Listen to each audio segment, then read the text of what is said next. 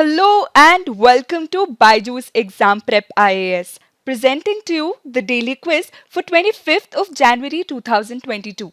Let us begin and have a look at the first question for today. Which of the given statements with respect to star campaigners is or are correct? Number 1. There is no law that defines a star campaigner or governs who can or cannot be made a star campaigner. Number 2. Election Commission has issued guidelines under the Model Code of Conduct for regulating election campaigning by star campaigners. Number 3. A star campaigner is nominated by the Election Commission specifying their constituencies. Number 4.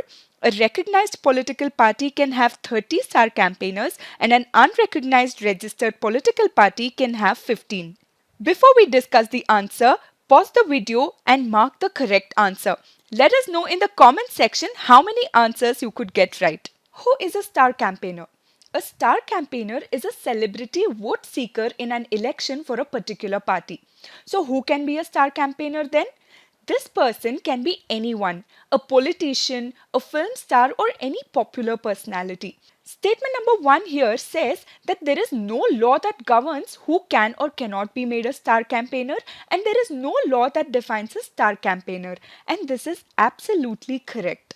However, the Election Commission of India in its Model Code of Conduct has laid down guidelines to regulate poll campaigning by such star campaigners. So statement number 2 is also correct. Statement number 3 is incorrect because it is the political parties that nominate these star campaigners, specify their constituencies, expenditure and also the duration of the status of a star campaigner. So is there a limit to the number of star campaigners a political party can have? Yes, the limit is set at 30 star campaigners for a recognized political party and 15 for an unrecognized registered political party. And this is in the view of the pandemic. Before the pandemic, this number was at 40 and this number was at 20.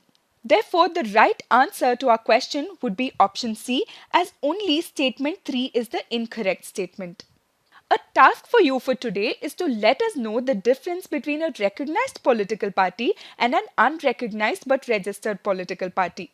Does the former enjoy any privileges over the latter? Let us know in the comment section. Why have we taken this question? There is a reference to star campaigners in today's The Hindu newspaper and hence we've taken this question. Moving on to question number 2. Consider the following statements with respect to Inspire Awards-MANAK. The scheme is being executed by the Department of Science and Technology with National Innovation Foundation. Number 2, it covers students in the age group of 10 to 15 years and studying in classes 6 to 10 from both government as well as private schools. Number 3, award of rupees 10,000 is disbursed into the bank accounts of shortlisted students through direct benefit transfer scheme. Which of the given statements is or are incorrect? What is the context? There is a reference to Inspire Awards-MANAK in today's PIB article and hence this question. What exactly is Inspire MANAK Award? Inspire, or Innovation in Science Pursuit for Inspired Research, is one of the flagship schemes of the Department of Science and Technology. And one of its component, the Inspire Awards-MANAK, stands for Million Minds Augmenting National Aspirations and Knowledge. Now let us go back to the question to understand the scheme in detail. See, MANAK is being executed by the Department of Science and Technology with National Innovation Fund, which is an autonomous body of the Department of Science and Technology. So statement number 1 becomes correct. The aim of this MANAK award is to motivate the students in the age group of 10 to 15 years and those who are studying in classes 6 to 10 to come up with innovative ideas in science and societal applications. Also note that under this scheme, the students are invited from all the government as well as private schools across the country, irrespective of the educational boards, that is national or state board. So statement number 2 is also correct. So how are these MANAK awards given? See, this MANAK is aligned with the Startup India initiative. It tries to motivate students to become future innovators as well as critical thinkers. These schools can nominate 5 best original ideas or innovations of students, and later the best innovative ideas will be shortlisted by the Department of Science and Technology. and these shortlisted students will get an award of rupees 10,000 which will be disbursed to their bank accounts as a direct benefit transfer. So statement number 3 is also correct.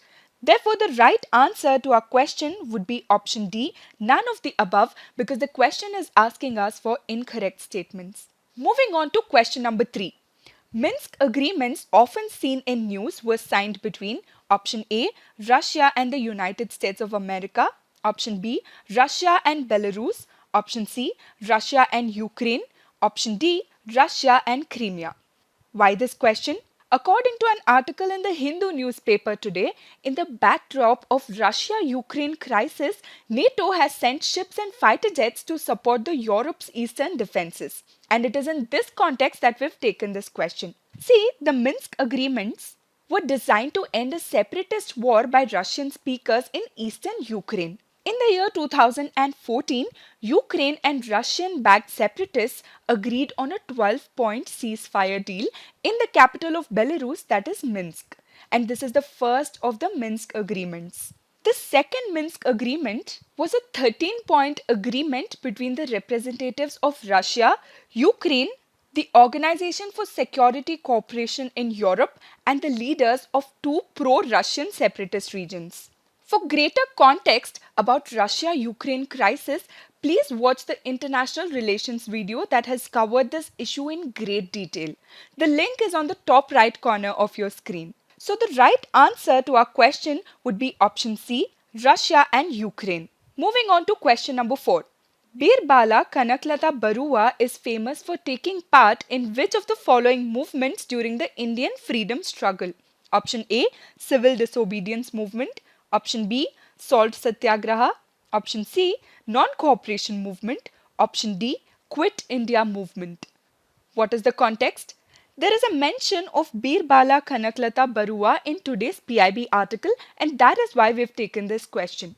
See, Kanaklata Barua is one of the youngest martyrs of Indian freedom struggle, and she has an iconic status in Assam. During the 1940s, there were a lot of women that were coming forward and taking part in the Indian freedom struggle. And Kanaklata Barua, who is also known as Birbala, was a teenage freedom fighter who was shot dead in Assam during the Quit India movement. The 17-year-old Kanaklata Barua had joined the Mrityu Bahini, which is a kind of a suicide squad. And this squad strictly admitted members aged 18 and above, but Kanaklata was an exception. And she had joined this Mrityu Bahini after her plea to join Netaji's Azad Hind Fauj was rejected on the ground that she was still a minor. However, she wanted to lead the procession, and after much persuasion, she was allowed to lead this procession. And while she was leading a procession of freedom fighters to unfurl the tricolour at Gorakhpur police station as a part of the Quit India movement, she was shot dead. So the right answer to our question would be option D, Quit India Movement. Now let us take up a previous year question from Prelims paper 2017. Consider the following statements in respect of trade-related analysis of fauna and flora in commerce or traffic. Number 1. Traffic is a bureau under United Nations Environment Programme, UNEP.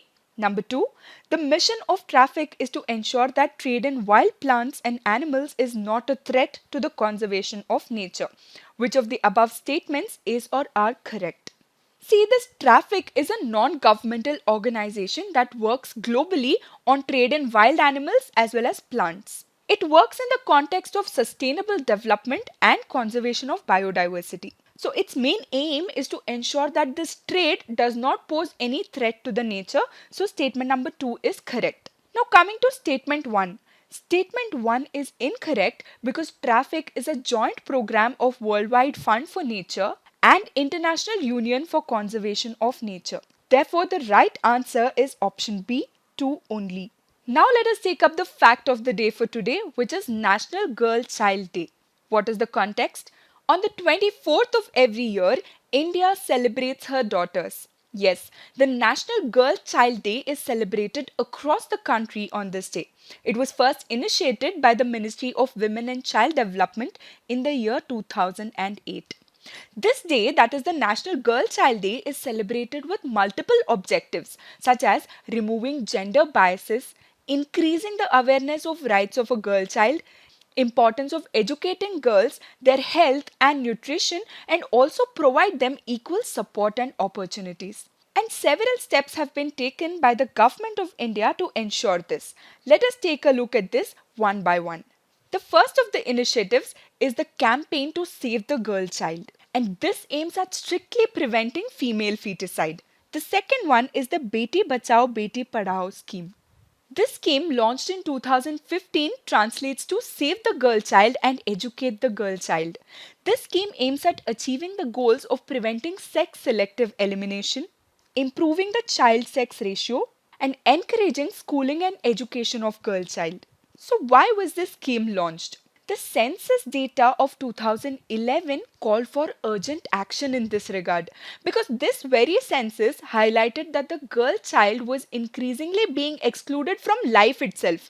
The decline in child sex ratio since the year 1961 was seen as a matter of serious concern.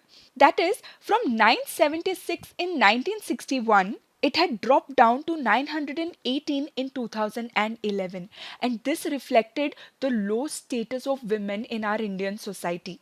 And in this context, Beti Bachao Beti Padhao scheme was launched. The next one is the Sukanya Samriddhi Yojana. The Sukanya Samriddhi Yojana is a government-backed small savings scheme for the benefit of girl child, and this was introduced as a part of the Beti Bachao Beti Padhao scheme. Another scheme that supports education of girl children is the UDAN scheme by CBSE. This was launched with an aim to improve the participation of female candidates in various prestigious engineering colleges in India. So the primary focus of celebrating the National Girl Child Day is on changing society's attitudes towards girls, to reduce female feticide, and to create awareness about decreasing sex ratio in the country. That is all for today. Thank you for being with us. Keep watching and keep learning.